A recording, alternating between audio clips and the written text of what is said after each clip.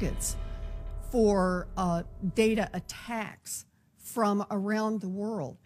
So why should we leave this to organizations like yours?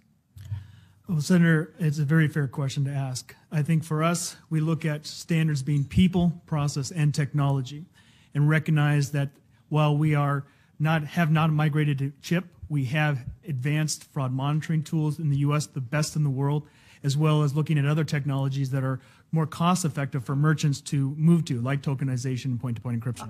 In fact, I was with a group of retailers a couple of weeks ago, and they're just moving ahead full blast with point-to-point encryption and tokenization, and many big companies are doing that because they've kind of had it with all these PCI requirements. It's just not working for them for all these different reasons. So I think we will see very heavy adoption of point-to-point encryption and tokenization, especially among the large retailers. Data breaches ever to hit a major retailer. This morning, Home Depot is investigating whether its customers' credit and debit cards were exposed. It's not clear how many stores or shoppers could be involved, but experts say it could be larger than the breach that affected 40 million shoppers at Target last year. In a statement, Home Depot says protecting our customers' information is something we take extremely seriously. CBS News contributor and analyst Melody Hobson is in Chicago. Melody, good morning. Good morning. So what could be one of the biggest data breaches ever to hit a major retailer. This morning, Home Depot is investigating whether its customers' credit and debit cards were exposed. It's not clear how many stores or shoppers could be involved, but experts say it could be larger than the breach that affected 40 million shoppers at Target last year. In a statement, Home Depot says protecting our customers' information is something we take extremely seriously. CBS News contributor and analyst Melody Hobson is in Chicago. Melody, good morning. Good morning. So why do these security breaches keep happening? It's like that old saying, why do you rob a bank? It's where the money is. The cyber thieves know, they're the new organized crime, that there's a lot of money to be made online because 60% of us are banking online. Most of us are shopping online. So when they get these numbers, they can sell them. And just to use the Target example, the estimates are that the thieves made in the neighborhood of $50 million from that one breach. So what are these companies going to do? What are potential targets going to do? Well, now what they're saying, Target was the wake-up call. They knew that they lost almost $2 billion in market cap. Their profits plummeted it. The CEO lost his job. So now the retailers are saying, we have to get in front of this and play offense.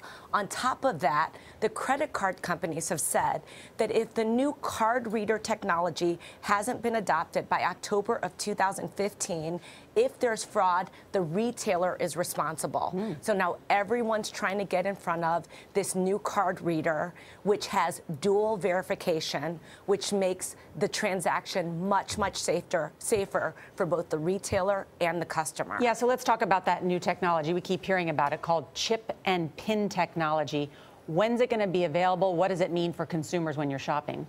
So I'm told, I talked to one of the major retailers yesterday, in the next 18 to 48 months, you're going to see most retailers adopt this. Now, interestingly, Walmart adopted it 8 years ago, and even Home Depot has a lot of these card readers in their stores right now, but you need the new credit card. Yeah. And interestingly, I just got my new Amex that has chip and pin technology. They sent me a letter saying that it is going to be safer. So this is now rolling out right now, and you'll probably see much, much more of it coming if you haven't already. I assume that the credit card companies and others who are having to take these extra measures will simply pass on the cost of that to the customers, to their customers.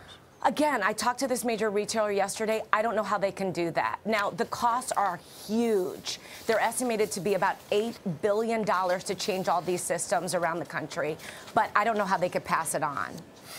Melda Hobson, thank you. We do have some breaking news, though, for you on Target, a management shakeup there. Olivia Stearns is breaking it down from the newsroom. Olivia? Hey there, Alex. Well, Target has come out this morning saying that their CEO and chairman, Greg Steinhavel, who's been with Target since 1987, is now stepping down. It is effective immediately. In his place, the CFO, John Mulligan, will be stepping up. He will become the new CEO. He will also become the president. Roxanne Austin, a current member of Target's board, she will step in as non-executive chairman. They're also asking Greg Steinhavel to to stay on with Target, to serve as an advisor in this period of change. They say now is the right time for leadership change at Target. Again, these changes are effective immediately. Greg Steinhafel stepping down as CEO and President, Chairman of the Board of Target. In his place, CFO John Mulligan, effective immediately. Shares of Target are slipping on Monday after the retailer announced its Chairman and Chief Executive Greg Steinhafel is stepping down 5 months after the massive customer data breach that took place in December.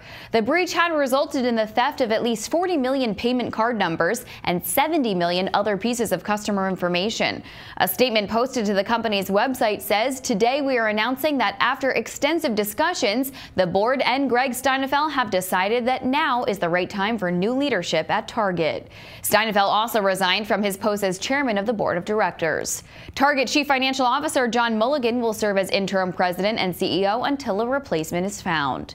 A 35-year veteran of the company, Steinhafel vowed to help Target emerge from the data breach a better company and took steps to help the retailer win back customers, like offering special discounts, as he did in this video from December 20th. The message I would like to leave with our guests is that we value their business and we appreciate the trust they place in us as a company and as a friend and a community partner. So at Target, we get a 10% discount if you're a team member. And we want to extend that team member discount to all of the guests that come and shop with us this weekend as a small way to just say thank you for being a great guest at Target. In addition to Steinhafel's resignation, Target also appointed new Chief Information Officer Bob DeRhodes, who will take over from Beth Jacob, who resigned in March. The retailer also announced last week that its portfolio of Target-branded credit and debit cards will be enabled with MasterCard's chip and PIN solution beginning in early 2015. In New York, I'm Brittany Umar for The Street. Well, a Call 7 consumer alert this morning. Make sure to keep a close eye on your bank accounts, especially if you have been to Michael's. The store says millions of customers' information is at risk. Lindsay Watts taking a look at what you need to do if you think you could be a victim. Eric, this security breach has been under investigation for a few months, but only now are we learning that up to 3 million Michael's shoppers may have had their credit information stolen. This morning, the store's website offering a statement, an apology, as well as information on what people should do at this point. There has already been fraud as a result of the hack. Michael says a limited number of cards have been used by hackers at this point. The breach happened over an 8-month time period last year, so it was from early May through late January. And you should know that Michael's subsidiary, Aaron Brothers, was also hacked, and about 500,000 cards were compromised there. Now, both Michael's and Aaron Brothers are offering free identity protection and credit monitoring to affected customers. That will go on for 1 year. If you need to get those protections, just head over to the 7 News app or our website, thedenverchannel.com. Not all Michael's and Aaron Brothers stores across the country were impacted, but as you'll be able to see for yourself from these links that we've posted, of the 24 locations here in Colorado, 23 of those were hit. Lindsay Watts, 7 News Now. We've engineered Z13 to provide the highest levels of security available. So with Z13, we're shipping our next generation cryptographic co-processing technology, and this enables people to handle a tremendous number of cryptographic keys and secure their data in real time across a tremendous number of sources. Additionally, security goes into every system that we bake. We're the only system in the commercial world that is EAL 5+ compliant. What's nice about encryption on Z is we have so many different levels of protection for both your keys and your data. So we give you the ability to do encrypt, decrypt, sign, verify. We also have master key management. So we have like this big, data sets where we can store, millions of keys that you can use in these crypto applications. You have the data encrypted kind of end to end, so that essentially at no point along this transaction can anyone actually get to the data without the proper key. One of my favorite features that's going into the next Z system will be format preserving encryption. I think it's a pretty awesome technology. You can actually encrypt the data in place. So it gives you the ability where you can actually do encryption but not have to change your existing systems.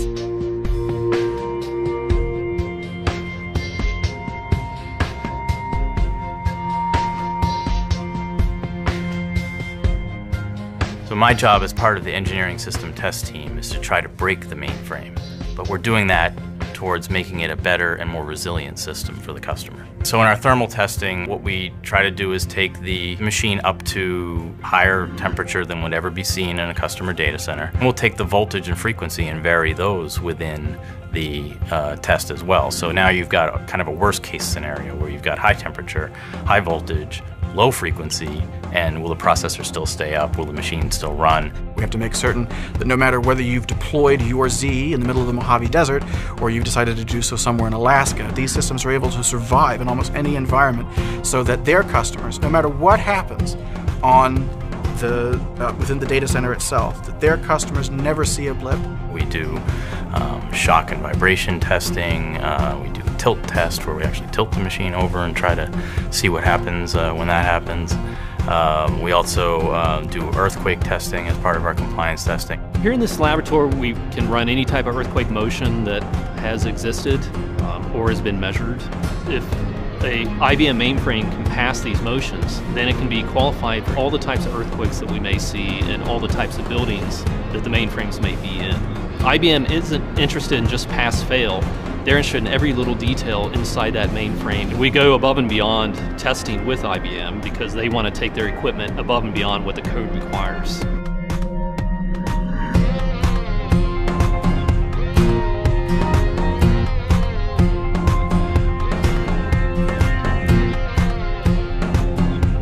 The other part of the test area is primarily trying to emulate customer workloads much higher than even any typical customer would run. We can't even do that if we're just running the typical kernel or software like Linux or ZOS. It's almost impossible for us to stack it enough to break it. So we use our own kernel to do that. We also inject failures into the machine. So we take, for instance, take one of the cooling units down out of the system. It can automatically sense that cooling unit has gone down. It will dial down the processor if it needs to slow it down if it's getting too hot. It will make a call and say, I've got a bad cooling unit, please come fix me. And then it will turn up the fan speeds. So it automatically knows this is what I need to do to stay cool enough to keep running at the highest level I can. That's what high availability is about. We have 24/7 support for our clients, whether it's an operating system or the hardware. We have many different types of error checking built across the system to prevent the system from ever having a problem.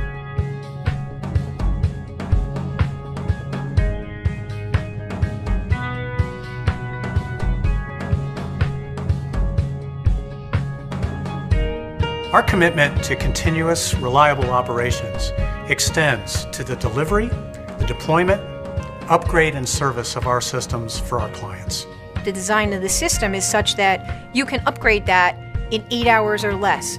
We can transparently do that, move the workload, roll a new system in, have the new system up and running, move the workload back, and the system's running. For Z13, you'll see on the front covers that we've carried forward with the geometric shape. It's a real cool look. And the covers themselves, they offer tremendous functionality from the standpoint of airflow management as well as acoustic attenuation. As we get very dense and from a footprint standpoint, there's a fair amount of heat generated, there's a fair amount of airflow that takes place. To make that more efficient, we've actually redesigned the rear covers for our system. And we've allowed those to have the airflow vectorized. They'll either vector up or vector down. So we've actually designed the rear cover to have that flexibility to be configured on site.